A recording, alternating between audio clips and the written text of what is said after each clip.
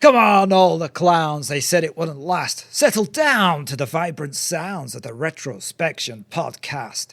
Oral fire burns through your ears, and listen to two old blokes wipe away your tears as they tell corny jokes.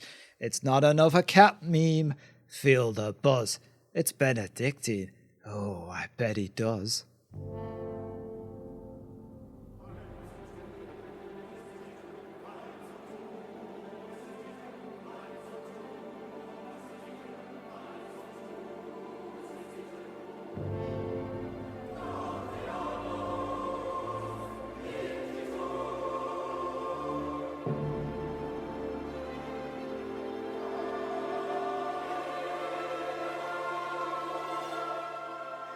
Hello, and welcome to another outing of Retrospection. In this episode, we're mapping our way through the caverns of Dr. Phibes Rises Again from 1972, a sequel to the abominable Dr. Phibes. My name's Colin, and what kind of fiend are you? The cuddly kind. Are there cuddly fiends? I'm sure there must be. Defending fiends now? Well, somebody has to. Well, you know, it's a good job that people can see you not sweating. I don't sweat, like Prince Andrew. Oh. And my name's Paul, and my friend, that was your greatest mistake. You looked down. Did it never occur to you to look up? Oh, sorry, I was looking up. I don't see anything.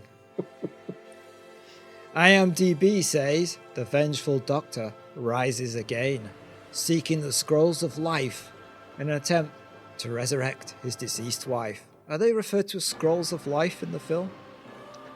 No, he refers to the waters of life. And it's a map and a papyrus. That's right. Film stars Vincent Price as Dr. Anton Phibes, Robert Quarry as Darius Beiderbecke. Well done. Valley Kemp as full labia. Oh, sorry, got that wrong, didn't I? Sorry, it's full navia.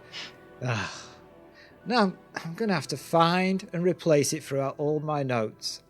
It's a good job I didn't think her name was Clitoris. I'd never be able to find that. Yeah, you and me both. Not at the same time. That would be weird. That would be weird. I don't like that at all. Hugh Griffith as Harry Ambrose. John Thor, briefly, as Shavers. He's got absolutely no lines in this as well. Oh, I've given him some. Oh, have you? Okay, that's good then. He screams a lot. Yeah, it does, yeah. Peter Jeffrey as Detective Inspector Trout, John Cater as Superintendent Waverley, Peter Cushing, briefly, as a ship's captain, Beryl Reid, briefly, as Miss Ambrose, Terry Thomas, briefly, as Lombardo. These are the best bits in it, aren't they? Yeah, they are. Yeah. Did you know that Terry Thomas hyphenated his name because he thought of it as a brand? Really? Yeah, it's a very ahead of the game, isn't he? Well, he created the persona, I suppose, didn't he? And he stuck with it for his entire career. So yeah, I can see why that makes sense. Yeah. And Fiona Lewis as Diana Trowbridge. It's a good cast. It's a quirky cast. Yeah. It's a quirky cast. Yeah, it is. Yeah. It kind of balances between comedy and horror, right? I always view this as a comedy horror. More than the first one. More comedic. It's more comedic. I mean, than the first one. The first one's quirky and comedic in places, but this ramps it up a lot. Right. Directed by Robert Faust, I guess. That's how you pronounce his name. Yeah, Robert Faust. Yeah. We'll go with Faust. All right. And it's written by him and Robert Blees. Although there's some kind of argument between the two of them, right? Oh, enlighten me. Oh, do I have to? I thought you'd know. This is the kind of crap you know. I didn't write that one down, actually. I wrote a lot of crap down, but not that one. I'm going to have to wiki it because I can't remember what the discussion was. Yeah, so there was disagreement between them because they didn't agree on how to write the film. I think they just didn't get on well together. I think some thought it was a comedy, some thought it was a horror. And then there was some disagreement about Price and Robert Quarry. Yeah, there was quite a lot of disagreement between Robert Quarry and Vincent Price at the time. Because Quarry was supposed to be the replacement for Price? Yeah, AIP Pictures were lining Quarry up to be like the next big horror star. And I think Vincent Price didn't like that very much. Did you hear about the famous exchange of words that they had one day? Yeah, I did, but go on. So Quarry found Vincent Price singing opera one day in between takes, didn't he? And he said to him, "You didn't know I could sing, did you?" And apparently Vincent Price replied, "Well, I knew you weren't a fucking actor." Yep. Yeah, so, yeah, but this Robert Fuist, what did we say? Fuist. He, as well as directing the previous Dr. Phibes movie, he also directed lots of TV, including The Avengers. He directed an episode or two of Cat's Eyes, which, see previous podcast. Yeah. And I don't know if you know this movie, he directed the William Shatner starring horror movie, The Devil's Reign. No, I'm not sure I've seen that one. It's got Ernest Borgnine in it as well. Oh, excellent cast. Yeah, I think it's the late 70s. And it's pre-Star Trek The Motion Picture, so it's sort of chubby Shatner, you know. It's sleeping in his car, Shatner. Sleeping in his car, Shatner, taking whatever jobs he can get, you know. And it's that sort of 70s, you know, in the 70s, devil worshipping was a thing, wasn't it? It was a, you know, satanic panic and all that kind of thing. So there's a lot of those kind of movies made, and he's very Shatner in it. Okay. That's all I'll say. Right. The song used at the end of the film, Over the Rainbow, was written 10 years after the time the film is set. Well, Dr. Phibes, he was, you know, he's a future forward-thinking guy, wasn't he? Maybe he wrote the song and passed it down. Oh, yeah, maybe. Mm-hmm. For a while, it was cut out the film. Is that because certain people, certain companies didn't like the fact that they used it? Yeah. Mm-hmm. Yeah, and then came back into the film when the DVD was released. Oh, really? So there's versions of this movie out there that don't have it? Yeah. Oh, right. Okay, so there's probably a VHS copy somewhere that doesn't have it. That's interesting. Right. That's interesting. Yeah. Did you read that there was a third Dr. Phibes movie planned? No. Oh, that's a shame. Don't tip your hand. I mean, not shame that it didn't get made. Well, especially when you find out what it was going to be about. Apparently, he was going to fight Nazis On the moon. No. He's going to fight Nazis while searching for the key to Olympus. Oh. Mm-hmm. There's a key. There's a key. There's a key in this one as well. So maybe it's all about keys. It is. Mm-hmm. Yeah. Possible titles for the third one were Phibes Resurrectus. All right. The Seven Fates of Dr. Phibes. All right. Yeah. And The Brides of Dr. Phibes. Oh, no. No. I kind of like Phibes Resurrectus. You have to be really careful how you say it, though. You do, yeah. Mm-hmm. There was also a spin-off series planned at one point with Phibes reformed and fighting crime. But with the same, like, unable to speak and... Yeah, he'd be Dr. Phibes, but he'd be fighting crime. Yeah. Come on, you know you'd watch at least one episode of that, wouldn't you? Yeah, I'd watch one. Yeah. Yeah, definitely, yeah. Just to see how they did it. Maybe they'd do it like Columbo. Or just one more thing?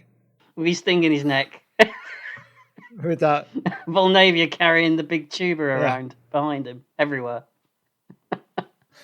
Oh, did you notice though that sometimes he's plugged in and talking, and there's lots of times in this film he's not plugged in and he's still talking.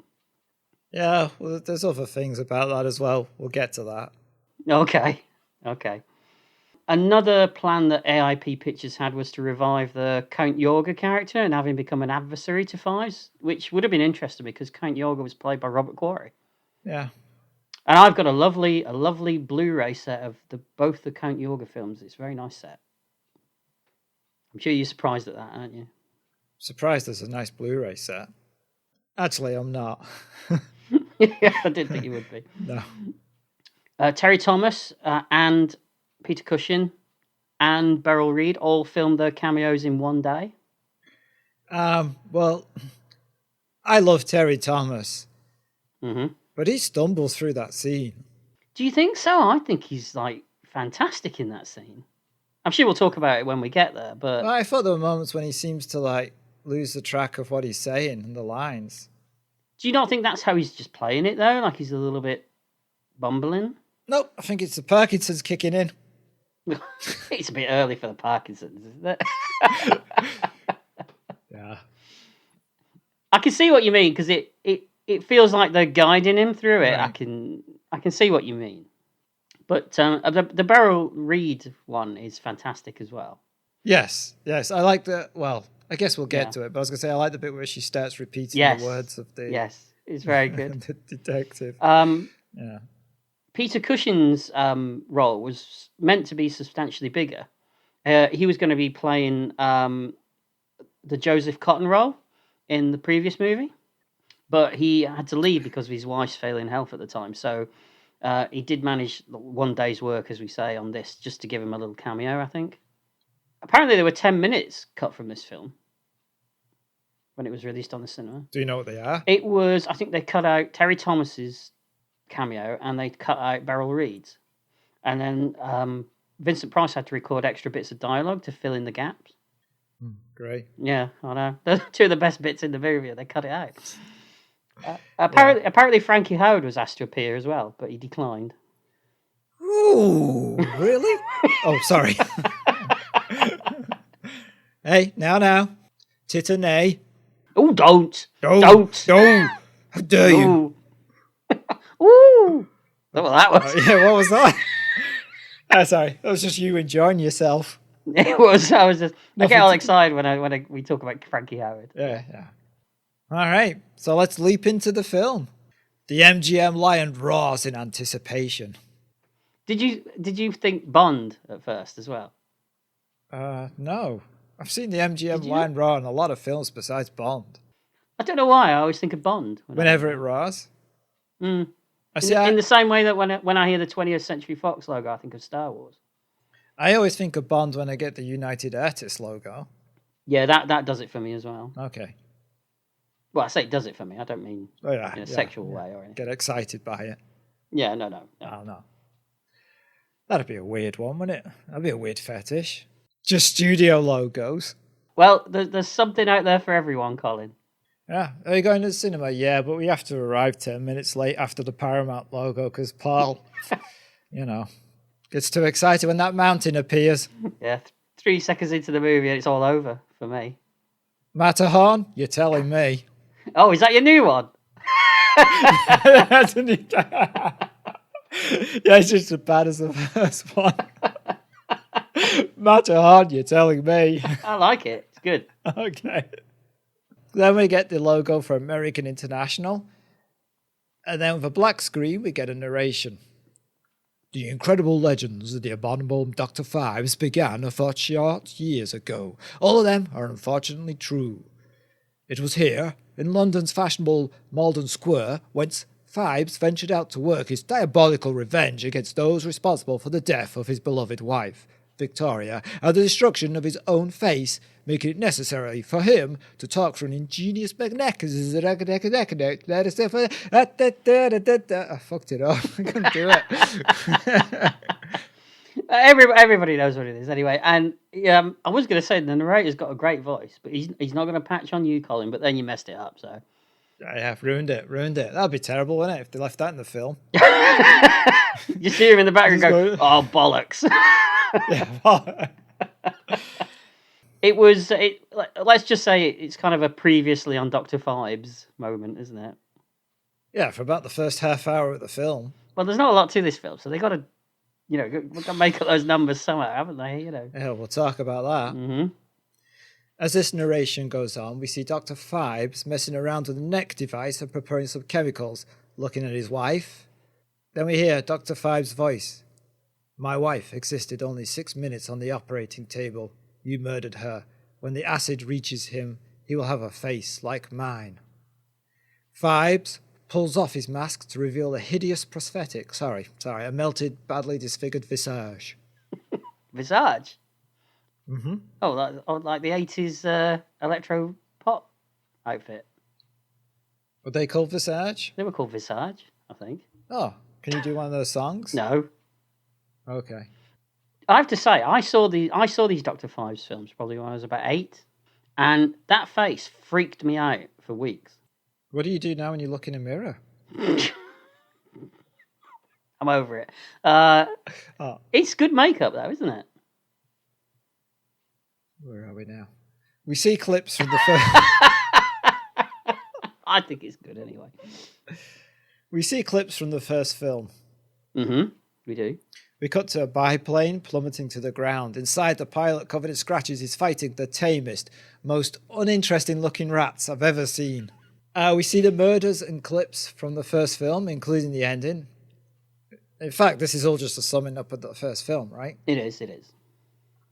This finishes with Phibes and his wife, somewhere between life and death, hiding in a tomb in his building, and he's never found by the police. He's not, no. We cut to text on the screen that, in a font, looks like a sci-fi film. I think it's supposed to just look gothic. It doesn't look gothic, it looks futuristic. You think so? Yeah, absolutely. No, I never got that, but okay. I'll even fight you on it. Bare-chested in an arena. That's because you're really furry. That's why you said bare-chested. You meant B-E-A-R. I did, yes. Yeah. It's my accent. And it says 3 years later. It does. And then we get narration that goes, Phibes lay in darkness for 3 years. Yeah, we know. It just said on screen. Why do we have a voiceover and text telling us the same thing? Well, you've got to keep people interested, haven't you? Do they know that? What, the people? Yeah, making the film. Well, I suppose so. Oh. The voice continues with some gibberish until the moon, coming into proper conjunction with the internal planet, shone upon the golden moon of the crypt, pulsing with a fantastic life of its own. Is this guy ever going to shut up? No. I mean, which in theory is what our listeners often say. In all fairness to the movie, when you repeat it back to me now, it does sound like twaddle, yes. Yeah, all right. Oh. Lifeblood then flowed back into Phibes. Great wheels and motors sprung into motion, which sounds exciting, but we just see a door opening. Yes, we do, yes. And Dr. Phibes once more walked upon the earth. The glass door of his coffin opens, and to a chanting chorus we see Phibes awake, and the credits continue. He cracks his neck, and theatrically, all in white, and hamming it up like nobody's business, appears to be on fire, but he's just sniffing some smoking incense that's been smouldering for 3 years. Well, maybe when all those wheels and cogs came into motion, it lit the incense burner as well somehow. Because I mean, he is an electrical genius to have built all this, isn't he?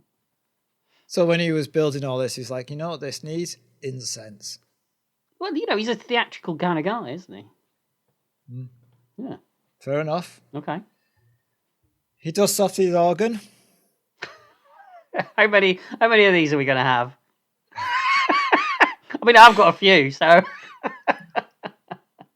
There's some of this organ plays. Sounds like the kind of thing that you'd hear in a 1970s strip club, doesn't it? Yeah, it does, yeah. Yeah. He hooks his neck device in, and he starts, droning away again. For 3 years I have rested. Bloody hell, we know. We've already been told in a voiceover and seen it on screen.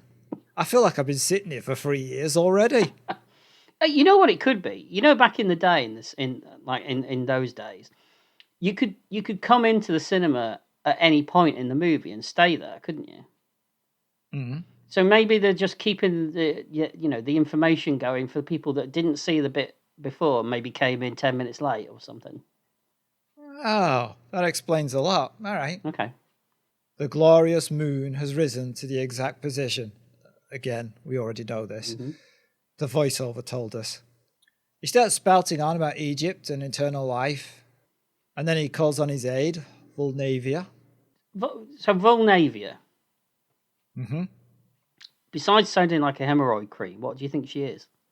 What do you mean? Like, is she like a figment of his imagination, or is she an actual person? I mean, one of the problems is that she does a lot in this film. In fact, she does most of the work. So she can't be a figment of his imagination.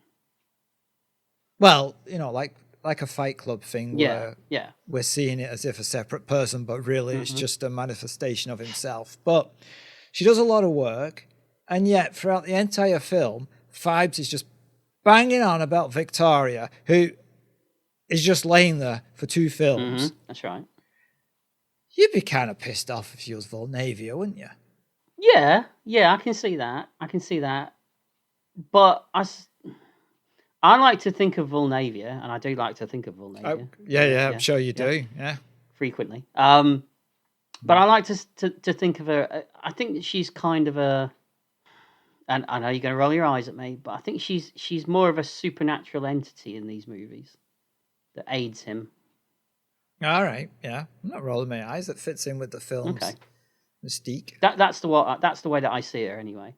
And I think she takes. Right. I don't think she does care that he's going on about Victoria all the time, because she seems to take a lot more pleasure in the killing than what she does, than what he does, Dr. Phibes. Right. I think she's in it for the fun of it all, and then she goes back, doesn't she, to whatever realm she comes from. So she just enjoys the murdering. Yeah, and the craziness of it all and all of that. That's the way I see it, anyway. All right, that's fair enough. She appears as a ghostly image through a bead curtain, and with this aid, he is going to bring his wife back to life. Now, for some reason, only known to the drug-addled brain of the filmmakers, Volnavia's dancing in a kaleidoscope of glass as a female singer warbles her musical scales. That looked amazing. Yeah. You're quite shiny object, aren't you? If it looks good, then you're happy. But if there's no depth or anything, it just looks good. Why does everything have to have depth, though? Doesn't everything needs depth, does it? Well, there has to be a reason for something. Well, you might as well just be staring at a wallpaper if you're just liking things that look nice. I think it's more. I mean, I like the whole kind of surreal thing that was in a lot of 70s movies, particularly a lot of British 70s movies, and this film has got that. But I think this film has got that because they know they need something to fill up the fact that there's no script. Yeah, I can see that. Yeah, you could be right about that. Yeah, it doesn't take the fact away that it still looks great. Oh, no, yeah, it does look, yeah. Visually, it's very interesting. Yeah.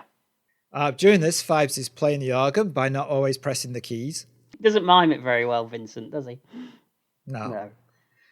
He tells his assistant, but then maybe, Phibes can't play the organ. Maybe it's just, it's an automatic thing. It's all a performance.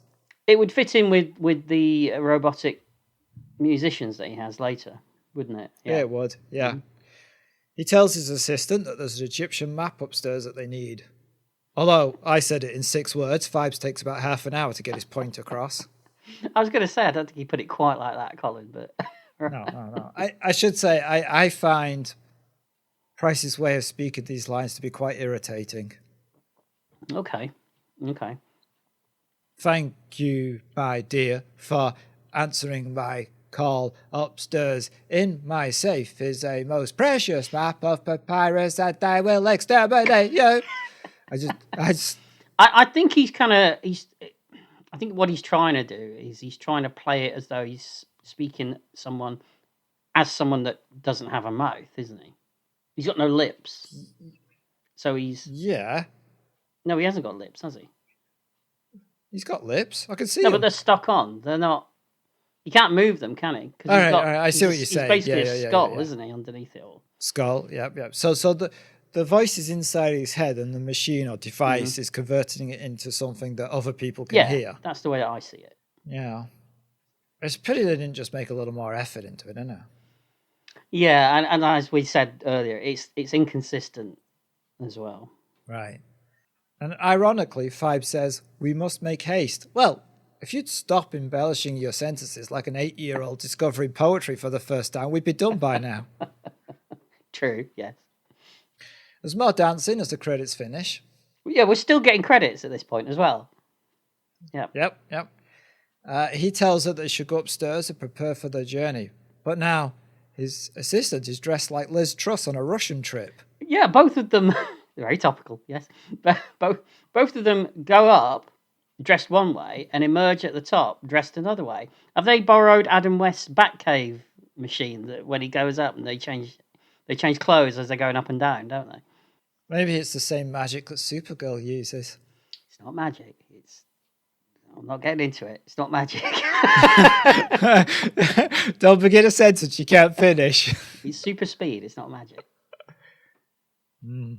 They got at me. People who wrote this film are on super speed, all right. You're probably right.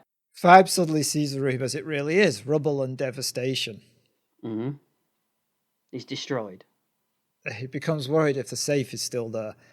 But he sees it. He makes his way down to it. He flings the safe open and finds the map missing. Who has taken it? Are you asking me? Nope. We cut to a snooker table that is in Beiderbecke's home. He has the map and reveals that it's useless without his knowledge and translation skills. And he hands it to a guy called Ambrose, who's an archaeologist who works with Beiderbecke. Ambrose says, so this is the papyrus that I've read so much about. Yeah, Beiderbecke just told you and spent minutes talking about it. Everything in this film is repeated numerous times. There seems to be a lot of it going on, yes. Beiderbecke reveals that he got it after the house in Muldean Square was destroyed. He picked it up from a dealer. Now, we get a short shot of a man standing outside the window watching the two men inside, and it's clearly Dr. Phibes. Mm-hmm.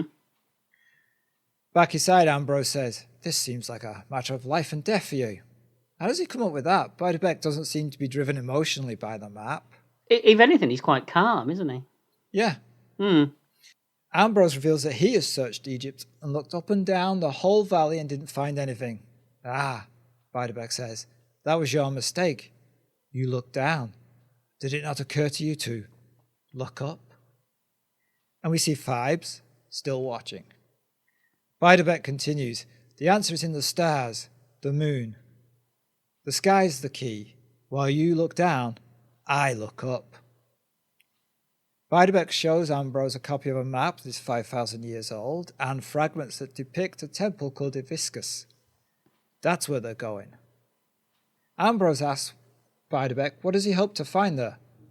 Not gold, but something more. They're interrupted by a woman called Diana, telling Beiderbecke that they are late for dinner. He leaves to get changed.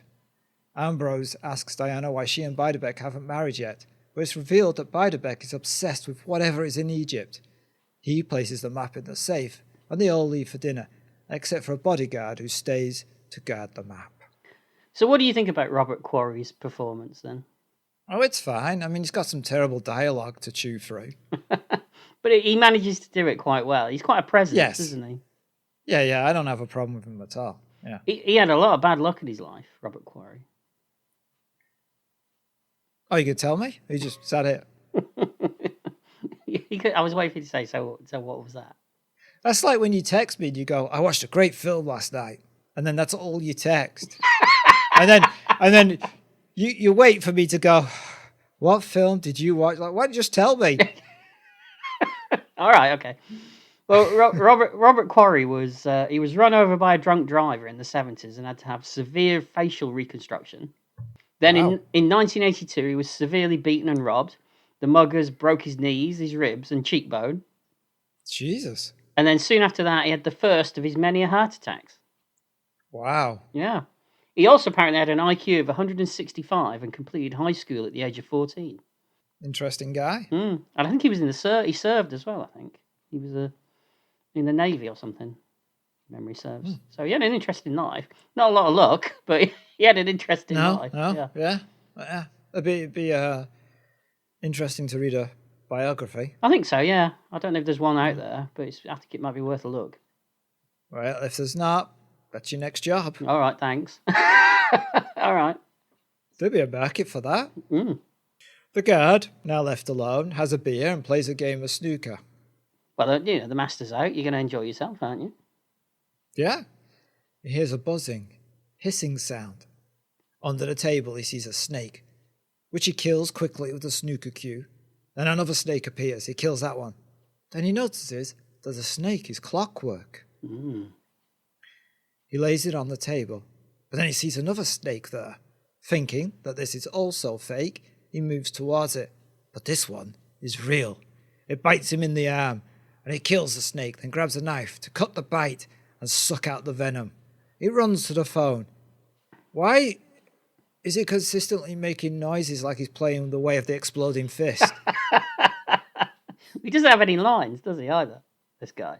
And he just goes, hi, hi, hi, hi. It does sound like that. Where does Dr. Phibes get all this stuff from as well? Yeah, not only where does he get it, when did he set up things that are going to happen? Mm-hmm. Did you notice, I watched this on Blu-ray, and when the snakes are slithering on the floor, they're clearly real snakes, aren't they, that they've used? Yeah. Did you notice that all they'd done is sellotape the clockwork bit to the snake? You could actually see the sellotape on the clockwork bits. Whose job is that? You're just like the young first day of the job, you're a runner, and they're like, yeah, so what we want you to do is here's some sellotape, here's some like fake clockwork devices, and we just want you to tape it onto those snakes over there. Enjoy. Say what? Yeah. It's all right. They've been defanged. I mean, I think they have. I mean, they haven't bitten anyone yet. It was the 70s, so I mean, who knows? You know. Yeah. Don't worry. There's an ambulance standing by just in case. Weren't ambulance? I mean, they weren't like paramedics. I know. Were they? They literally were just people that picked you up, stuck you on a stretcher, and chucked you in the back of the ambulance. Weren't they in the 70s? Yeah, and drives as fast as you can with your bell going. That was it, wasn't it? Yeah. That was all their job was. Yeah, but Paul, you're thinking the ambulance is there for the young runner. The ambulance is there for the snake. You can't get snakes out easily on such a low budget. Those snakes are injured. You got to rush them to the vet. They were pampered snakes, is what you're saying? Yeah. Okay. Runners are 2 a dozen. Fair enough. Okay. So the guard places the old phone earpiece to his ear and a blade fires out going through his head. Do you think that the writers came up with the deaths? They came up with invented deaths first and then built the story around the deaths? Oh, like a James Bond writer coming up with the device and working backwards and how to put it into the film. Exactly like that, yeah. That's possible, yeah. I think there was some of that going on. So now Phibes and his assistant enter, and she starts to clean up the mess as Phibes breaks into the safe and takes out the map. Then there's another scene of Phibes telling us what his plan is again. He's talking to his wife, isn't he? His dead wife. Yeah. Did you notice who the dead wife is played by? Yes. Caroline Munro. Yes. It's an easy gig for her, wasn't it? Yeah, because she just appears... Dead. Dead. Yeah, she doesn't have to move or anything. That's a great gig. No. You'd like that gig, wouldn't you? Oh, yeah. Yeah, if I could do the podcast and not actually do anything, that'd be amazing. Well, just like 92 other podcasts, but all right. When are you going to start? I knew you'd say that. Boom. End of the episode. If you don't get that joke, see previous episode. Yeah. We cut to Detective Inspector Trout in Beiderbecke's house searching for clues. Mm-hmm. And he stood next to the body of the dead bodyguard. Has he any known relatives in this country, sir? It would seem most unlikely, replies Beiderbecke, which is an odd reply. Yeah, it is a bit strange. Yeah. But Beiderbecke doesn't care. All he's worried about is the papyrus. Trout is annoyed by Beiderbecke's reaction. Find the papyrus and you'll find the killer, says Beiderbecke. Well, find the papyrus first. You have 24 hours. Or what? And where did he pull that number from? Also, what the fuck's it got to do with him? What's he controlling? That is true, yes. If I was Trout, I would have been like, oh, what? What happens if I take 26 hours? What you going to do about it, sunshine? But Trout continues, who knew that you had the papyrus? Beiderbecke says he made no secret about having it, but it's only of interest to certain scholars, and they are above suspicion. He believes Trout should be fishing for a common thief. But as Trout points out, having killed a man by piercing his skull with a golden snake is not a common thief. Can you have an uncommon thief? Yeah. Like Raffles would be an uncommon thief, wouldn't he? Ah, right. Is that what it refers to then when you say a common thief? Yeah, a common thief is like your average sees a house, it's empty, burgles it. But an uncommon thief, although I don't think people use that phrase, is someone who specialises. Oh, okay. All right. Thank you for that. I always wondered. I always wondered what that meant. Oh, now you can use it. In what? Life. Because it comes up a lot. All right. It does, yeah. All right. Did you just get tired of people calling you a common thief? No, I mean, I'd be an uncommon thief, wouldn't I? Why? Because if I was going to pull a caper, it would be a special one, wouldn't it? It would involve wires and pulleys and. Why would it involve wires and pulleys? I'd lower myself down from the ceiling, James Bond style. Jesus, that's a hell of a pulley. Well, go on. You're working it. Oh. You're at the top. No. After 5 seconds, I'll be like, yeah, forget this. Poof. Just see you. Why you? Whoops. No, you could see. You could see me in a tight black, outfit with a balaclava on my head, coming down on a wire pulley over the top of a glass case with a diamond in it. That'd be the kind of job I'd do. I mean, just in case there's any police sort of listening to this. I just got queasy at the mention of tight black suit. Sorry.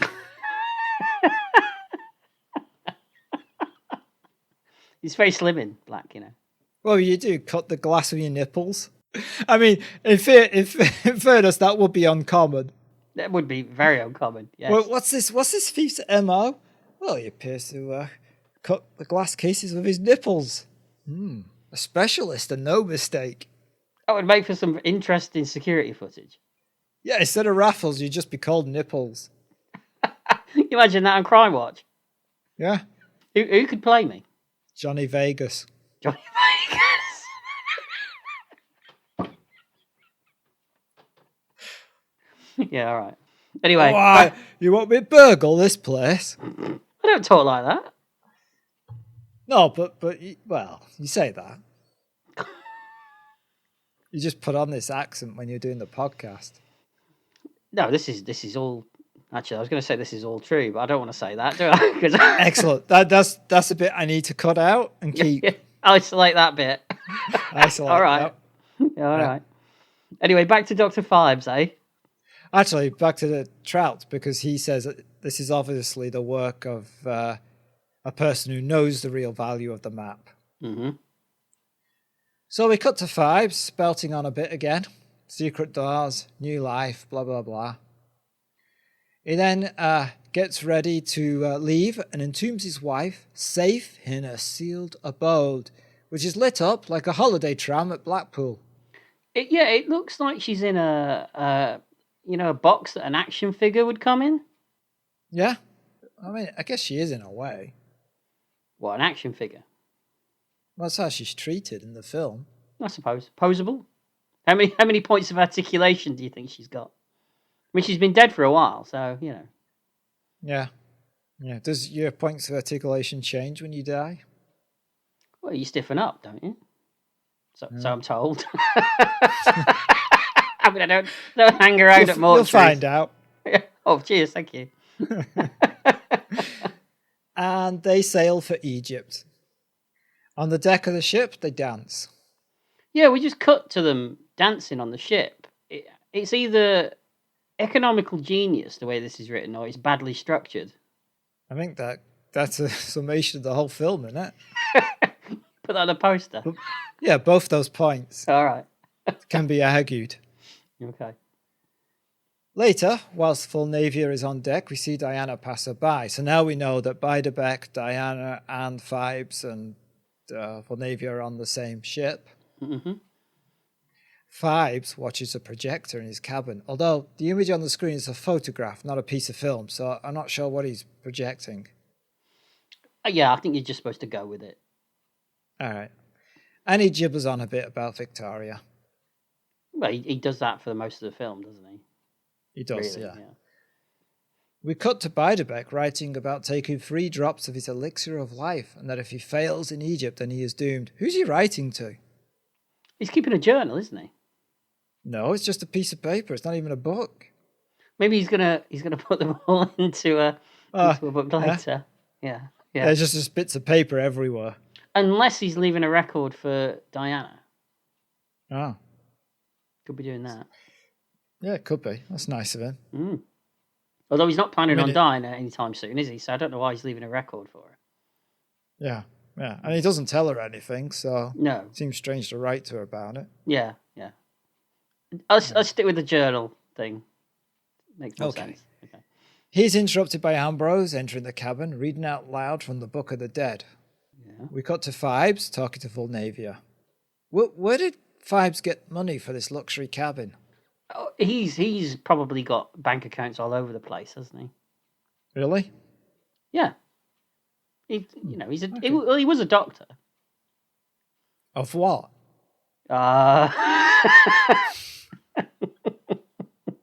Let's just stick with doctor. He was a doctor. Let's not dwell on it too much. Right. Again, Phibes starts telling us stuff that we already know. Although he does finish with a quote from 1987 Starship classic, "Nothing's going to stop us now." What does he say? Nothing's going to stop us now. Yeah, but what does he say? Nothing's going to stop us now. Yeah, but what does he say? Nothing's going to stop us now. We can keep this going. That's forever. What he says. That's the final line. Okay. All right. This is one of the points where I noticed that he's not actually plugged into anything as well. Well, maybe this is an internal monologue. Okay. All right. Yeah, that works. We then cut to Beiderbecke and Ambrose. Beiderbecke is explaining to Ambrose that while roads and sands shift and change, the sky remains the same. Oh, that's right. He's repeating the earlier scenes. Do you know, I never thought about any of this until you're saying it now, but all right. It's just the same bloody conversation, but different words. Okay. Ambrose wants to know what Beiderbecke really wants. Beiderbecke says he needs a model of the mountain to show Ambrose. Why doesn't just Beiderbecke tell him? Why does he need the mountain? Just tell him. Yeah, it's got the elixir of life. That's what I need. I thought just that as well. Him. I thought that as well, yeah. Ambrose leaves to get it. But Beiderbecke says, "Ambrose, I forbid you to tell anybody about this conversation." What? He didn't say anything. He hasn't told anybody anything. He's just blathered on about sky not changing. Ambrose is like, "Yeah, don't worry. I'm not going to tell anybody about this shit. It's pointless." Maybe he's hoping that the payoff is going to be like this huge thing. So he wants to make sure he keeps it on the down low, All right. As Ambrose leaves, he bumps into Diana, who's been listening at the door. She has. It's rude. Yeah, although she's heard nothing of interest. she should have stuck around earlier. She'd have heard it all before anyway, so Yeah. Ambrose is in the hold looking for the model with one of the sailors. They see a large model of a gin bottle surrounded by models of women. Looks like a promotional art piece. Mm-hmm. Ambrose finds what he's looking for and the sailor leaves him alone.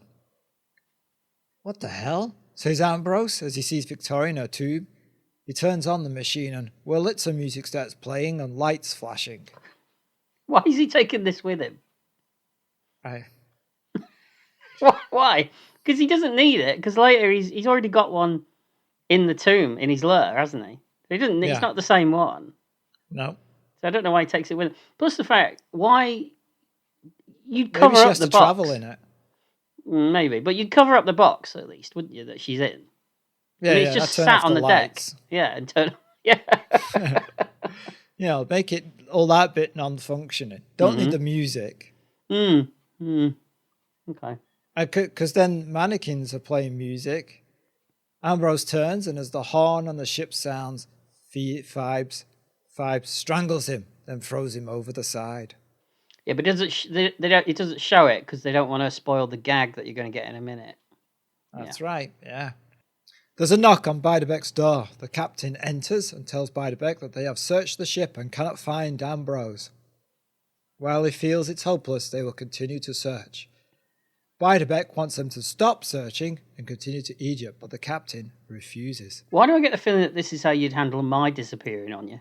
Oh yeah, it's sad, isn't it? But we need to get on. So come on, let's just get on now. I'd be like, he's a big lad, he'll float. Well, you mean I'll puff my cheeks out? Is that what you're saying? What, your botty cheeks? Possibly. Depends what I've eaten. Is that how you swim? Do you propel yourself? No, ass first. That's weird. That's not right. It's even weirder if you saw it. We then see some fishermen finding Ambrose's body stuffed into the giant model gin bottle that was floating next to their boat. That's the way you'd like to go, right? Not in an empty one. Oh, no, you'd drink it all, then it'd be empty. Would you get me in a bottle? A giant one, it'd have to be a big one. It's not exactly what I was going for, but all right. Why? What was you going for? No, I just meant, how did he get him in that bottle? Well, how do you get a ship in a bottle? I presume that you make the bottle around the ship, don't you?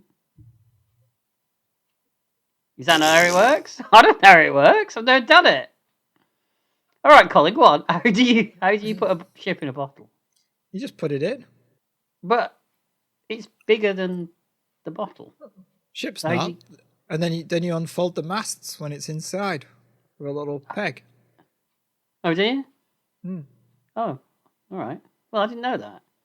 But how do you get a full size person through the neck of a bottle? How did Dr. Phibes get him through the neck of the bottle into the bottle? Crushed his bones. All right, fair enough. There's nothing in this film to disprove that. So No, he crushed his bones, pushed him through the opening. So he turned him into a kind of loose paste held together by skin, is what you're saying. Yeah. Oh, okay. It's a lot of work. Well, he does do things that are a lot of work later in this film. Yes. In fact, all of his murders are generally involve a lot of actual work. Yeah, I know what you're saying. A gun would be quicker. Yeah. Yeah. We cut to Scotland Yard. Why are there apples everywhere? I was going to say, who puts their apples on a windowsill? They're not just on the windowsill, they're on the mantelpiece behind him in a row as well. Do you think that either the writers or the actors themselves, because a lot of the characters in this have got quirks, haven't they?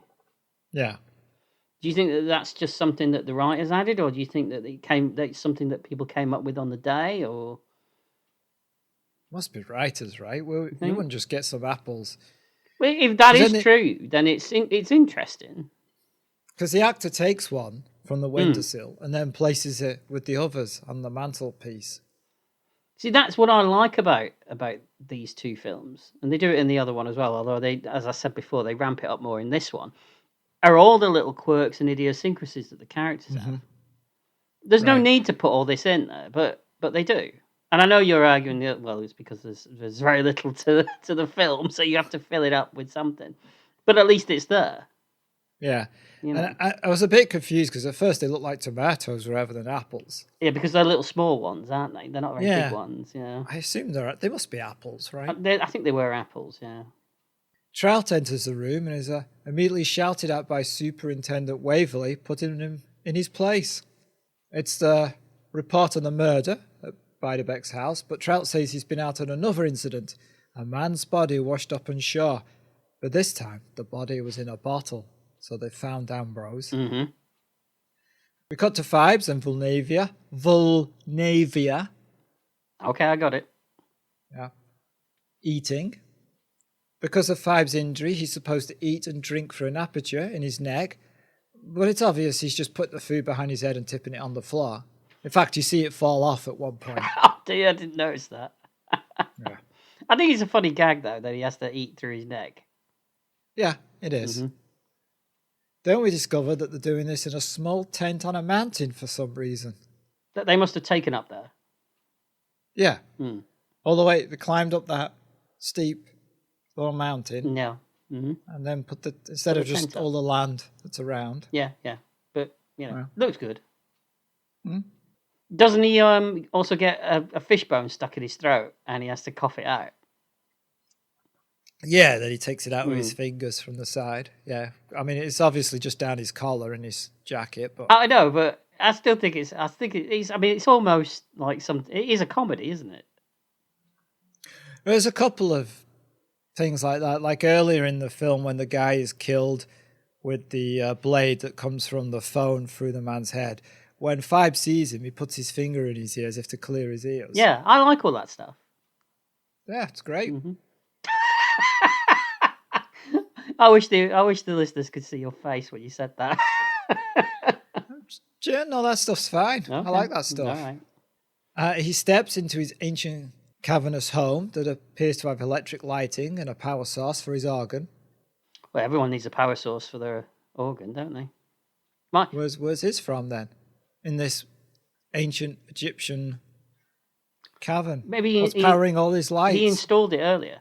He's an electrical genius again, isn't he? He said he did this all earlier, didn't he?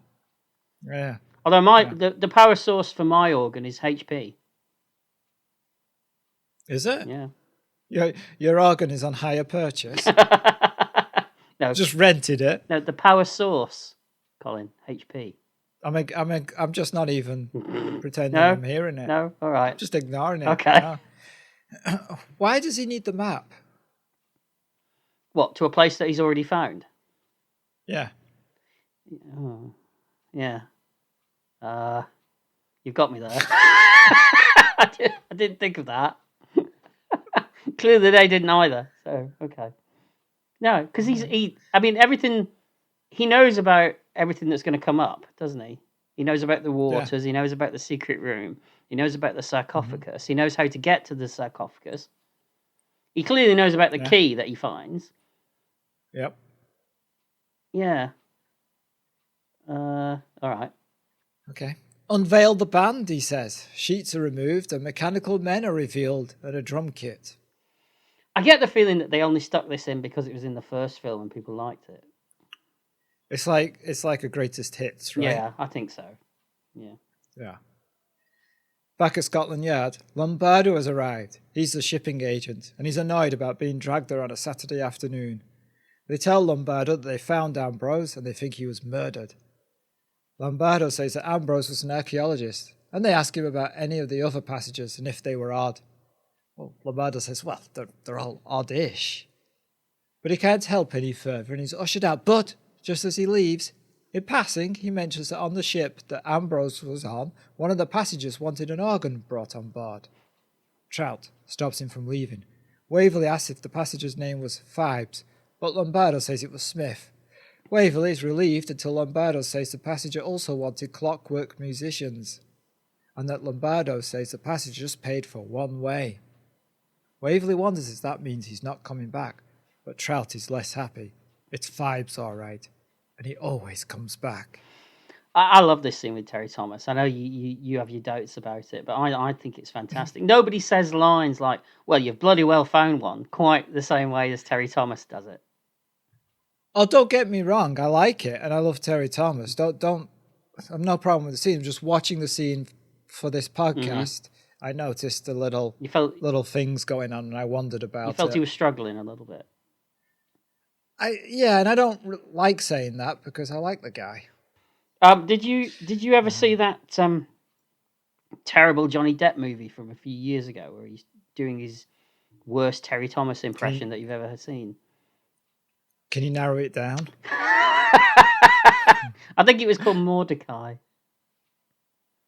Oh yes, I have seen it. Yeah, great film. I mean, it's nice that he clearly loves Terry Thomas as much as we do. That he wanted to completely, pastiche his performances and he's obviously he knows Terry Thomas as his performances in films, but it's Johnny Depp. Yeah. You know the books, right? It's a series of books. Yeah, but I mean, does it say in the books that he acts like Terry Thomas? It probably doesn't, does it? It doesn't, but the character is kind of like that. You've got to admit it's a conscious decision that he's trying to play it like Terry Thomas. Oh, absolutely, yes. Yeah. I'd rather have seen Terry Thomas do it. Yep, Yep, totally agree. We cut to Volnavia painting a mural overseen by Phibes. Yes.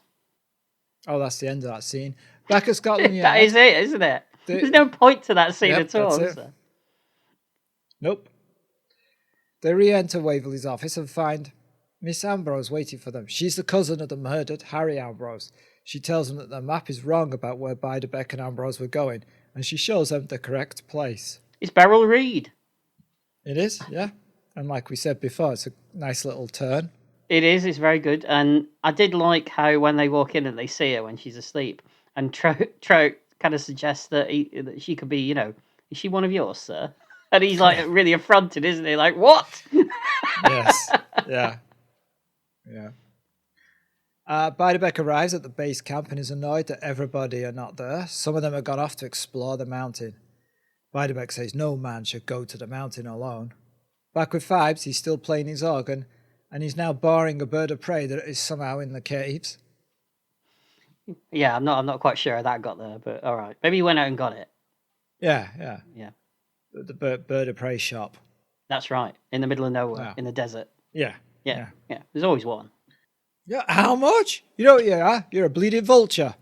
No, eagle.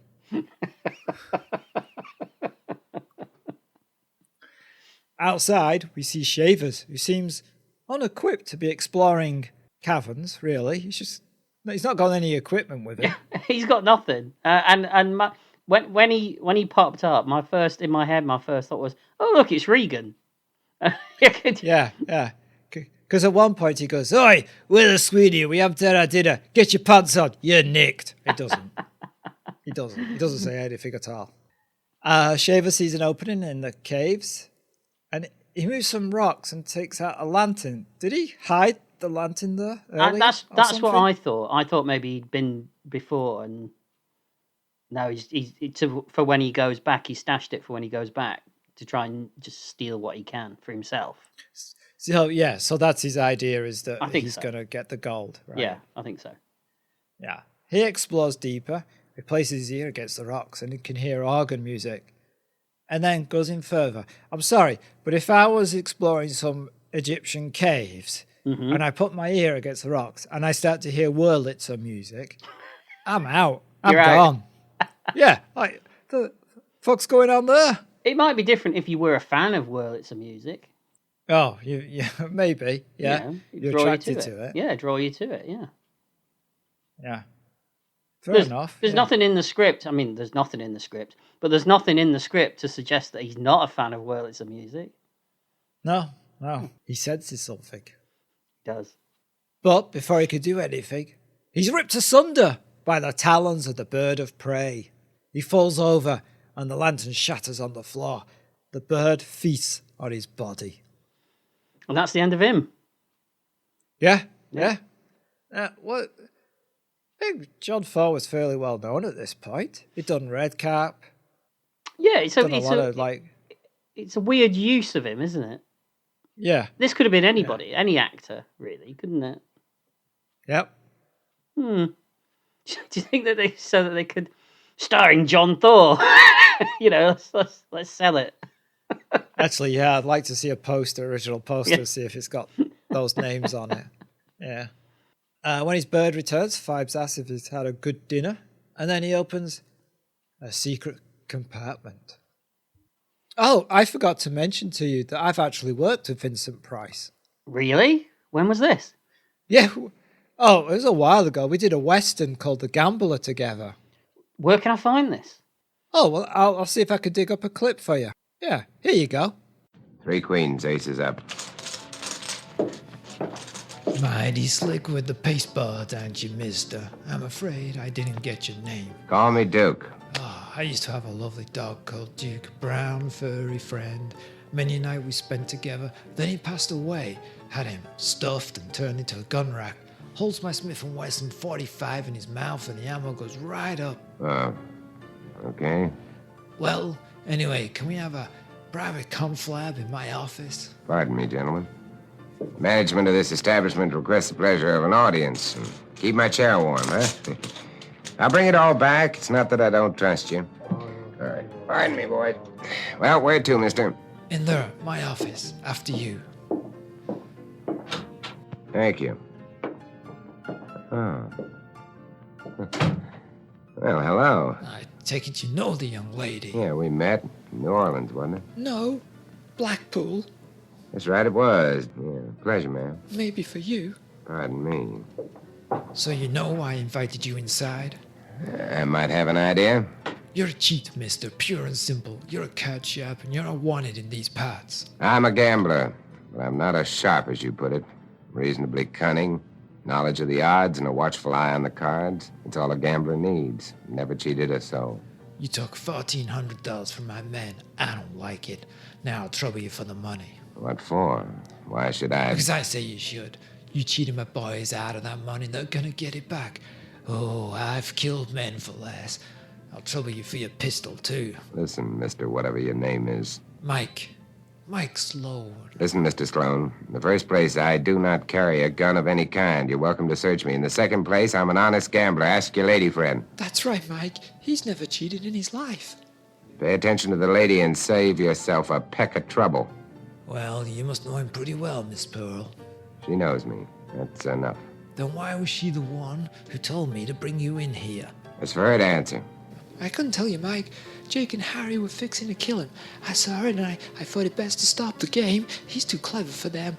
Jake handed a gun onto the table. Duke wasn't cheating. He's just good. She's right, I am. You expect me to believe that? It's truth. Shut up, you. Well, Pearl, Maybe the lady prefers not to answer. there's something between you two. What is it? Nothing between us.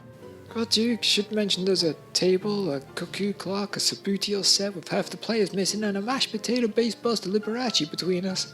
No, Pearl. It's not necessary. Well, it's there. He's as leave kill you as look at you. You don't know, Duke, what makes the law in this town. You wouldn't stand a chance. Look, Mr. Sloan, I'm preparing to leave. You might as well know that. With the money. If you prefer I leave your fair city, I shall, but I shall leave with my fair winnings. No, Duke, you can't. You can't leave. Well, look who's joined the chorus. There's no chorus here. We don't have the budget. What is this? What's he to you anyway? He's Pearl. a pearl? No, why would he be a pearl? That would be weird. He was my husband. You had a husband called Pearl? Wait, you mean this guy's... Oh, so that's why. Too bad, Pearl. You should never have said that. You seem to have made the big man angry. No telling what he may do now. I might get ornery. Horny? Seems a strange time. No, ornery, angry. I might kill you, Duke. That's what I might do. Oh? Is that a cucumber, Duke? It's not a cucumber. Don't worry. He ain't hurt. I am a little... It kind of stings. Bleeds a lot at first, but it's only a crease. Still hurts. You said you didn't carry a gun. Oh, no. I said I wasn't a cheat. I didn't say I wasn't a liar. I should have read the script. There's a script? You should have searched me. This pistol is a tiny thing, but it does the job. Pick up his gun, Pearl. Hand it to me. That's better. Where are you going? Where else? To find another town, another game. I'll go with you. Not a chance. You're better off here. You never did like being a gambler's wife, and the situation hasn't changed. I'm still a gambler, and I always will be. It's the only job I know. Bye, Pearl. Pleasure to have met you, Mike. Pleasure's all yours. Really. Pearl, if I die, I want to be stuffed and mounted alongside my dog. Oh, Mike, I could turn you into a gun rack. Oh, Pearl, you say the sweetest things.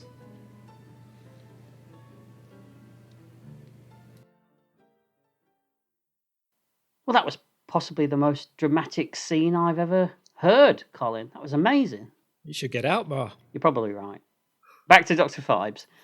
So Phibes goes over to Vulnavia, who is holding what looks like a huge tuba. You like a girl that can handle a big instrument, Colin, right? Right? I do, but it's a sousaphone, not a tuba. It looked like a tuba. I'm not a big brass person like you. Are you not? I've heard you like a bit of brass. I like rubbing it. Oh, do you? Yeah, you got to polish it occasionally. Yeah, a bit of brass, though. If I mention tubas again in this, in the rest of this podcast, you're not going to correct me every time, are you? I mean, no. Yeah, I will, but I'll do a different instrument each time. I'm not going to know, am I? No, I know. Phibe plugs himself in and tells her that the doorway leads to a secret room. Another one. Yeah, so hold on. So we got another secret compartment in a room that has a secret compartment in a secret cavern in the middle of a secret place in the desert. That's right, keep up. All right. Now, this one is normally flooded. Bad plumbing. But now that the moon is in the correct position, they've receded underground.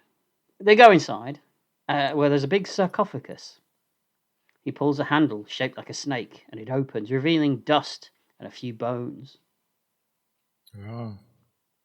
He then turns the handle another way, revealing a secret compartment, and then a secret key. A lot of secrets going on. There's a lot of secrets going on. You're telling me that no one's ever found this? Yeah, well, I'm not telling you that. The writers of this film are. Oh, okay, just to clarify. Anyway, he replaces it all for now. Beiderbecke reaches the cave to find that Hackett and another man called Stuart are there. Beiderbecke is angry, but Stuart tells him that he doesn't need his permission to be there. Right. Beiderbecke then reads them the riot act. Another man named Baker sarcastically asks Beiderbecke if this mountain belongs to him. Beiderbecke responds that he regards it to be so. Yeah, Beiderbecke Mountain. Mountain what? Whatever he wants. Fair enough. Speaking of which, outside Diana sees... Do you remember Diana? She was in the movie earlier. Oh, yeah, I remember her, yeah. She sees something shining in the dirt. She brushes the sand aside, revealing John Thor's, I presume it's John Thor, his hideous corpse. His eyes and face have been eaten away. Ooh. Yeah, the best bits. What, the eyes and the face? Yeah. If you're going to eat somebody, those are the best bits, right? Well, you go for the soft bits, don't you? Yes, yeah. I mean, you do at your age for your teeth. There's nothing worse than Chewie. No. Seriously. Diana runs into the cave and tells the men that she's had a little discovery of her own, and they go and look. I like her reaction. It's so sort of comically English, isn't it? She's quite calm about it. Yeah, it's good that she doesn't scream the place down. Yeah. She's quite a... I wouldn't say well-written character because there's nothing to her, but I think the actress plays it in a way where it feels like there's more to her than what's actually probably on the page. Gotcha, yeah. Anyway, they head out, but as they head out, one of the skulls on the ground opens its eyes and laughs. It's Phibes' head poking out. He's been watching them all the time. Yeah. Phibes heads back to his secret lair, and with Vulnavia's help, he begins to reattach his face. This, I think, is another greatest hits moment. Yeah, they do that in the previous movie. Yeah. Yeah. Mm-hmm. Yeah. Beiderbecke goes to comfort Diana, but she's made of much sterner stuff than that. She's aware that Beiderbecke doesn't trust her and tells him that his entire attitude has changed. She wants to know why the mountain has such a hold over him. He wishes that he could tell her, but he just can't. Why? Because he doesn't know. Oh, okay. All right. Didn't expect that answer, but fair enough. They haven't written that. They don't know. Back at the lair, Vulnavia is doing strange things to the headpiece of Victoria's coffin as they wheel it out. She's kind of stroking it and polishing it and, you know. I see a future where Vulnavia kills Victoria. And has Phibes for herself. Well, she's all about the boning. He's got like a skull for a face. Colin. Oh, right, yeah. That's true, yeah.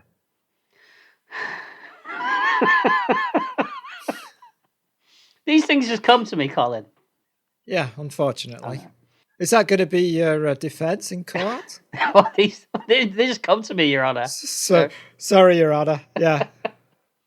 I swear to tell the truth, the whole truth, and nothing but the truth. These things just come to me. It might work. I didn't know she was a nun. These things just come to me. Why does it always come back to nuns and monks on this show? I don't know. We're just very religious. So they wheel the coffin out, accompanied by some kind of modern dancing from Vulnavia. She likes a bit of dancing, doesn't she? Oh, yeah. Yeah, she spends a lot of the film just gyrating. Yeah. Sorry, I lost my place then. Phibes transfers Victoria's body to the ancient sarcophagus, telling her that he will eliminate everyone who stands against them. That when the waters once flow into the cave again, her life will be restored. That was my reaction as well. Outside, the two men, Baker and Stewart, let's face it, they're just perving over the silhouette of Diana inside her tent, undressing. This reminded me of that Carry On movie that we did. Was it Carry On Up the Jungle? Is that what it was? Yeah, it is. Yeah, it's almost the same sort of scene, isn't it? It is. Yeah. Although that's one of our unlistenable episodes. Yeah, it was a bad recording, that one, wasn't it? But Beiderbecke disturbs them and tells them to go unload Hackett's truck. Beiderbecke, dressed in a nifty dressing gown, kisses Diana and tells her that she will learn everything tomorrow. Why don't you just tell her now? I just like the fact that they're camped out in the middle of whatever country it is they're supposed to be in. They're in a desert. Yeah. And he takes the time to put on his nice dressing gown. It's the 70s. You got to dress properly. You got to dress for dinner. It's not the 70s. It's the 1920s, isn't it? Oh, yeah. Sorry. I was thinking about the production rather than the actual story. Well, then that's even more of a reason for dressing. But it's a nice little character quirk because he's quite smooth, isn't he, and suave. Yeah. Wouldn't it be funny if he's like the next day he's like, okay, he's like, I'm going to tell you everything that's going on, and she just went, you know what? I don't care now. That would be a good moment. He's like, but, nah, you strung me along for so long. I'm sitting in a desert, there's sand everywhere. I don't care. But it's interesting. You're going to want to hear it. No. I got other stuff to do. Outside, Stuart follows an eerie vision of Volnavia dancing in the sand dunes. She's dancing again. She got lots of ears? No, eerie, Colin. Eerie. Oh, sorry. Spooky. Right. She leads him on into a tent as Phibes, now dressed like Lawrence of Arabia. Lawrence of Arabia? Why does it always come back to labias? I don't know. You're fixated today. She leads him on into a tent as Phibes, now dressed like Lawrence of Arabia, watches from the shadows. She leads Stuart to a chair shaped like a scorpion. Sorry, but right there, that's your first warning sign, right? What, a chair shaped like a scorpion? Yeah. You're not sitting on that shit. So I'm guessing that this is another one of Phibes' magically made pieces of equipment. Don't worry about it. He's bringing much worse in a minute. Yes, he is. Suddenly, Phibes flips a switch and the pincers come down, trapping Stuart's arms. On the floor sits a gramophone and a porcelain dog. Wasn't that the HMV logo? Yeah, it was, yeah.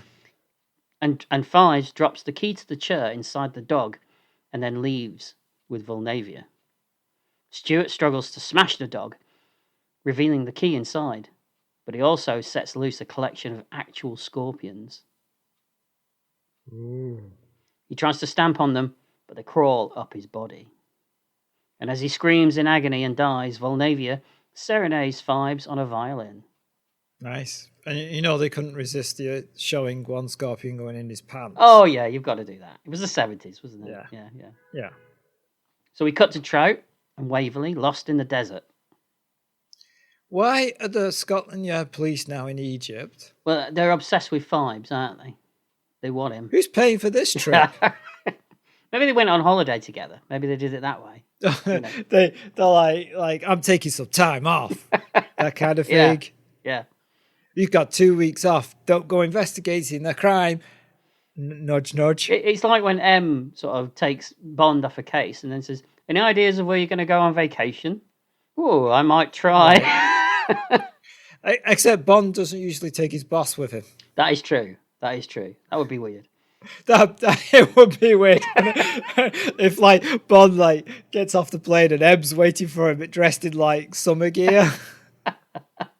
That would be an. I just thought I'd tag along, James. I mean, you always seem to have such a great time. They should have done that in Roger Moore's era. It would have been a great movie. That.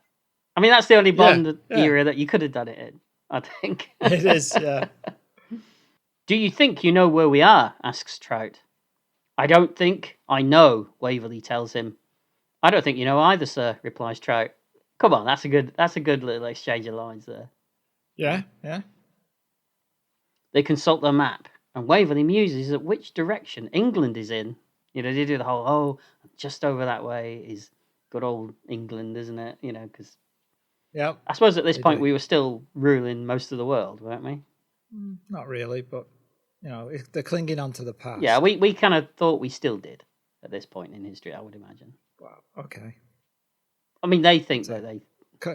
It's a conversation for a different podcast. All right. Waverley says that we can ask directions, and they see someone off in the distance. They climb into the car and set off. Beiderbecke and Hackett head back to the cave. He's anxious because he's heard that the men have broken through a wall and found a gold sarcophagus. This is one of those moments that feels like there's something missing.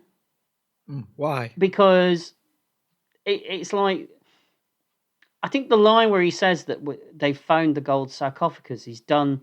It's obviously an added line because you don't actually see him say it. He says it when they get in the car, so it's almost like they're trying to create a bridge between the previous scene and what they're going to show you next, and it's missing something.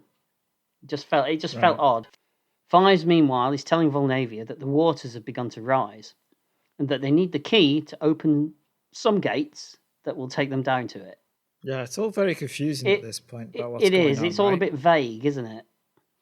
It's almost like the writers haven't quite worked it out for themselves yet, and they're doing it as they go along. Yeah.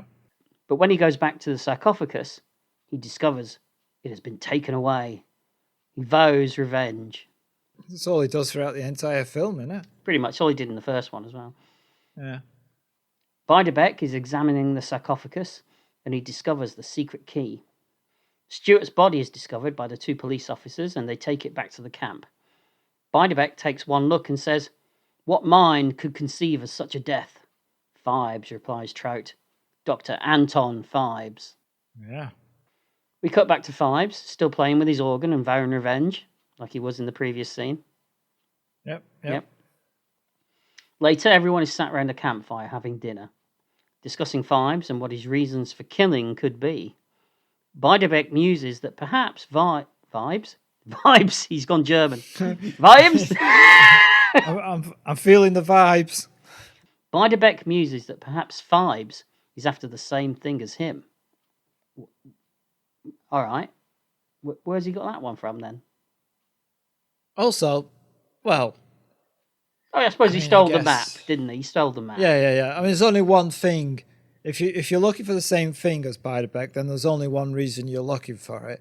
But Beiderbecke hasn't told anybody what this reason is. So now he's going, Phibes could be looking for the same thing I'm looking for. Meanwhile, everybody's going, yeah, what is that? That's true. That is very true. You know as well that Phibes could have done all this and drawn no attention to himself whatsoever if he hadn't killed a single person. Yep. Because we've already talked about how he didn't need the map to get there because he already knew where he was going and he'd already set everything up previously, hadn't he, years ago? Yeah. If he'd have just kept his distance from everyone and just avoided everyone, he could have done all this with no hassle at all. Yeah. Okay. Also, maybe I missed something, but where did Beiderbecke get his first elixir of youth from? They never explain it. All right, so I didn't miss something. No, they don't explain it. Beiderbecke tells Diana that he loves her and tries to explain that everything he's done has been to safeguard their future and that the next few hours are desperately important to him. Well, they are. He's not got many left. Nope. Beiderbecke tells Baker that he needs to spend the night in the tent with the sarcophagus to keep an eye on it. I think that'd be a no from me. You'd be like, no, thanks. No. Not with all this stuff that's been going on, you know. Yeah. But Baker beds down for the night as the wind howls outside. Turns out that the wind is being provided by Phibes with a huge fan. Yeah, two things. Okay. One, where did he get that from? Uh-huh. Two, the thing is, a wind machine doesn't sound like wind. You know what it sounds like? So it's like a wind machine. Yeah, it's like a noisy hum, isn't it? Yeah, it's a propeller. Yeah. But this sounds like a wind machine. But this sounds like wind. No. Yep. Yeah. How did he even get it there without anyone noticing as well? I mean, it's a big piece, isn't it? Oh, it's massive. It's the kind of wind machine you use on film sets. That's funny, that, isn't it? That's a coincidence. Yeah, it is. But he does, and in the tent, Volnavia straps the sleeping baker to his bunk. Then she cuts open the tent with a knife. Meanwhile, we cut to Trout and Waverley in bed together in another tent. Yeah, it's tense, isn't it? There's lots of them. Yes, very good. You know what I'm dying for? Waverley asks Trout. Trout sits up nervously. What's a nice, big, warm glass of milk? Oh, it's a gay joke. Oh, is that what it was? Yeah. Volnavia takes over the wind machine as Phibes starts to turn an oversized giant screw, which extends 2 walls inwards, crushing Baker in his bed. How? It's suddenly gone all Looney Tunes, isn't it? But Looney Tunes with more terror and screaming, but it's still a cartoon moment, isn't it? Yeah, it's crazy. And how did he know he's going to need this? I mean, he obviously knocked it up at some point for this eventuality. Just in case I need to ever crush someone in their bed, you know. Yeah, maybe he's got every kind of device known for every kind of circumstance. Like James Bond. Like James Bond. Although, crushing people in tents, that's probably likely in the desert of Egypt. So he's going to need it there, isn't he, more than anywhere else? Yeah. Okay. Right. Later, back at his lair, Volnavia and Phibes descend into a chamber, another one, where he has placed the sarcophagus, and he hooks himself up to Volnavia's instrument. Right. He opens the secret compartment and speaks to Victoria as the waters slowly start to rise. But when he tries to get the key to the gates, he's shocked to discover that it's missing. Oh. We cut to Beiderbecke examining the key in the morning sun, so he's got it. How did he get it? He found it, didn't he?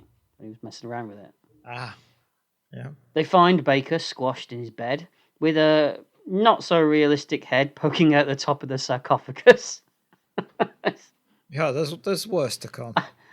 It looked like something you would see in Madame Tussauds in Blackpool. Not the good one in London, but the other one. Louis Tussauds, isn't it? The one in Blackpool. Yeah, maybe they made Possibly. Waverley wants everyone to leave, but Beiderbecke is adamant that he's staying. Phibes is watching from a distance through a telescope as Harris drives away from the camp with Diana. In the distance, Harris spots a Union Jack flag and he hears bagpipes. He thinks it's the Scottish Fusiliers, and I can't say that word, but I'm going to stick with it, and that they will help sort this all out.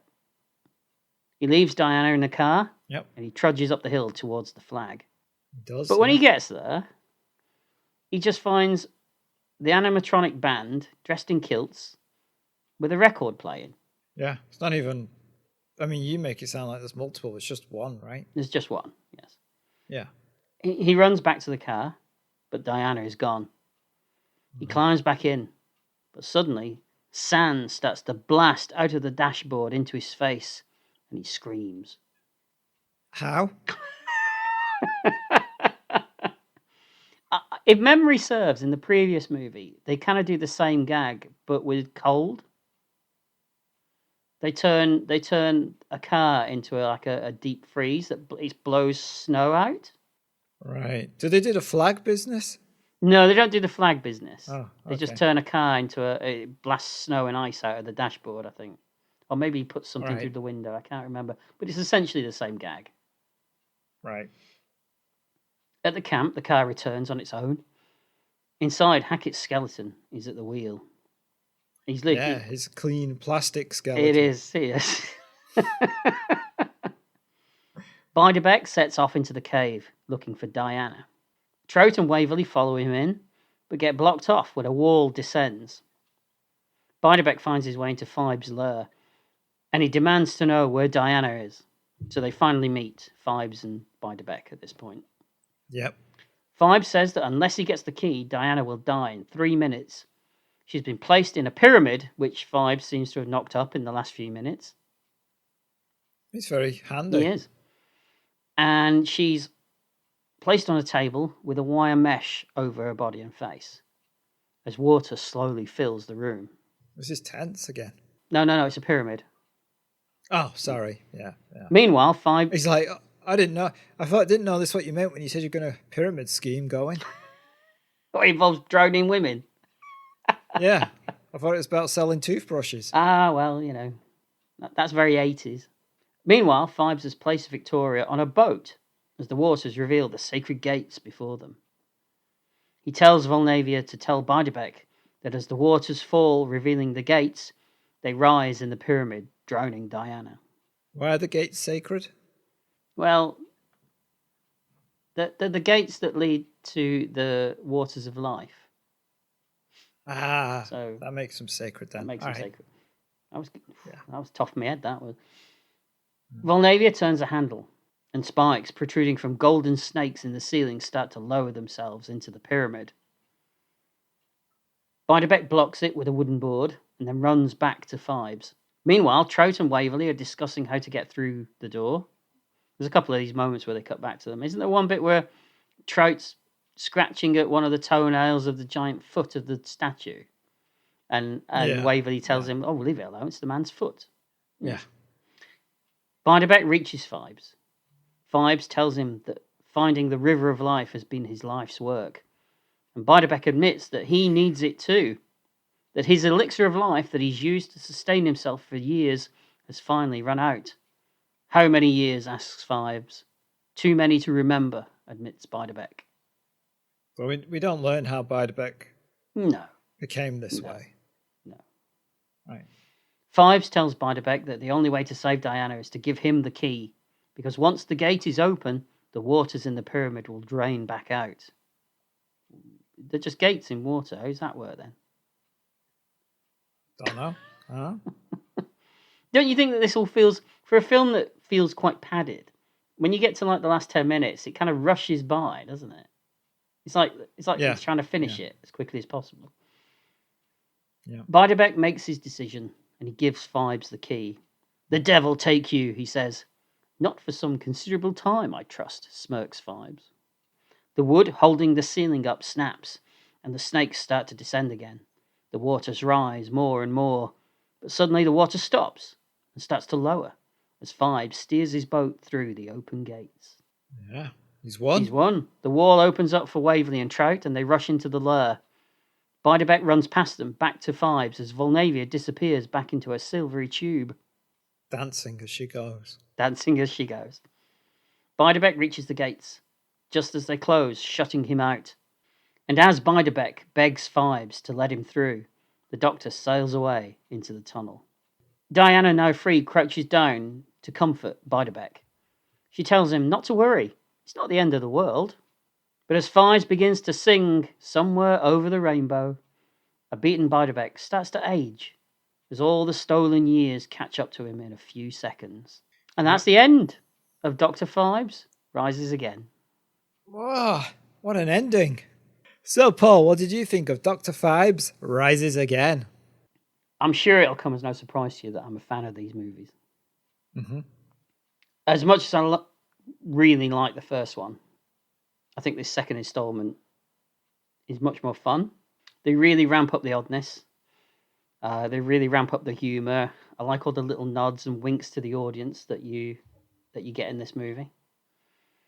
All the cast are great. Vincent Price, I know that you said he annoys you in this movie, but I think he's doing a fantastic Vincent Price impersonation almost in this.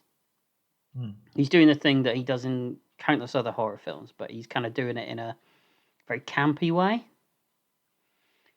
Robert Quarry's good. I like all the little cameos from Peter Cushing, Terry Thomas, and Beryl Reid. They make me smile every time I see them. I think the production looked great. I like the music, even the 70s organ music. I think it works.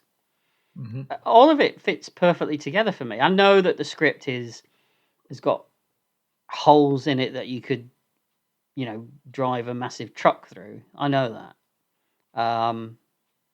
But we've talked about movies in the past that you like and you recognize all the flaws in it, but you still connect with it and you still like it and you kind of love it a little bit as well because of all the little mistakes that it makes. And this is one of those for me. I do think it's one of the rare occurrences of a horror film finding the right balance between horror and comedy, because that's a really hard thing to do. So yeah, this is a big hit for me.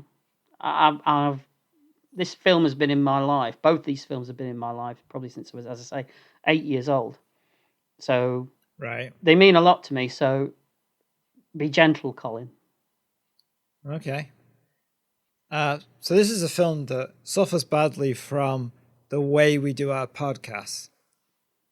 It's not a film that stands up to the forensic examination that we have to do for these notes. That's very true. I will completely agree with you on that. Yeah. After 10 minutes, I was thoroughly annoyed. And this is a self-inflicted wound because it was my idea to do it, which made me even angrier. I was happy. So there's that. Now, I don't have any past history with this film. I didn't grow up with it. Couldn't care less about it. So this is like seeing it almost for the first time, although I think I must have watched it before at some point in my life. I think the first one we actually watched a couple of years ago when you came to visit. Yeah, that was we watched the first one. I think I fell asleep during it. I think you did, fell asleep, yeah. Yeah. I like the scenes that Vincent Price isn't in. He's going to be so. He's going to be so upset the next time you work with him, Colin. Especially if he's listened to this. That's true. To this podcast. That's true. Because I just found like he just droned on, and it didn't push the story further. It was the same stuff again and again. There's a lot of repetition and padding. Yeah, that is true. Yeah, so I grew weary with that. I think it looked cheap. Really? Yeah, it looks cheap. It's visually interesting, but painting something purple is not exactly any great skill. I don't think it looks cheap, but okay. No, it does. You're wrong. Right, fair enough. So I think if I just watched it as like aimless entertainment and wasn't paying attention to it, I think I would have enjoyed it more, and I would excuse like its simpleness and its shallowness. And I think it's designed for a certain type of person. Be very careful.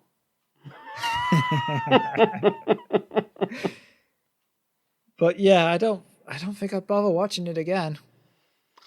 That is very interesting, because considering the amount of times I've probably watched it in my life. Yeah, I can quite happily never see it again. I don't think you hated it though, did you? No, I didn't hate it, and like I said, I'm bearing in mind that the fact that we had to write notes for it ruined it. Do you think that you probably would have been a lot harsher in your summation of it if it didn't include lots of actors that you really like? Yeah, I quite possibly would have just turned it off. Yeah, I thought that maybe that would be the case. Yeah, but you didn't. Yeah. You stuck through it. No, I stuck through it. I just found it quite dull for most of it. Oh, well, two very different opinions there. We don't get that very often these days. We tend to... No, we don't. Yeah. Yeah. So for me, in conclusion, it's a miss. So a hit and a miss. It's the way we like it. If you say so, Colin. Yeah, so that's it then. So thank you to our Patreon supporters. And don't forget, you can now email us at info@retrospectionpodcast.com. You can also visit the site, which is retrospectionpodcast.com, for news and reviews. And you can leave messages wherever you like. And you can still message us at Facebook, Twitter, Instagram. And you can still listen to the music from the films and TV shows that we review on Spotify. Please rate and review us, because it really helps. And remember to always twinkle like the stars that you are. It's from me. Goodbye. Oh, nice. Goodbye.